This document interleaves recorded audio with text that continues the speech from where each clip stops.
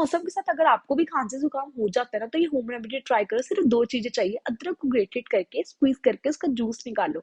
उसके बाद एक कढ़ाई में डालो गुड़, जूस डालो और उसको मीडियम फ्लेम पे तब तक कुक करना है जब तक आपका ये वाला टेस्ट नहीं पास कर लेता। पानी के अंदर कुछ ड्रॉप्स डाल के आप चेक कर सकते हो, कैंडी फॉर्म जैसे ही हो जाए उसको बटर पेपर पे मनचाही शेप्स में दे दो। मैंने लॉलीपॉप शेप्स दी थी, बीच में टूथपिक लगा दिए थे। अगर आपके पास सिलिकॉन मोड है उसके ऊपर रख लो, उससे 10 से 15 मिनट में हो जाएगा। इसको आधा घंटा लग जाता है सेट होने के लिए। फिर ये ट्राई करो और टाटा बाय करो, जल्दी से खांसी जुकाम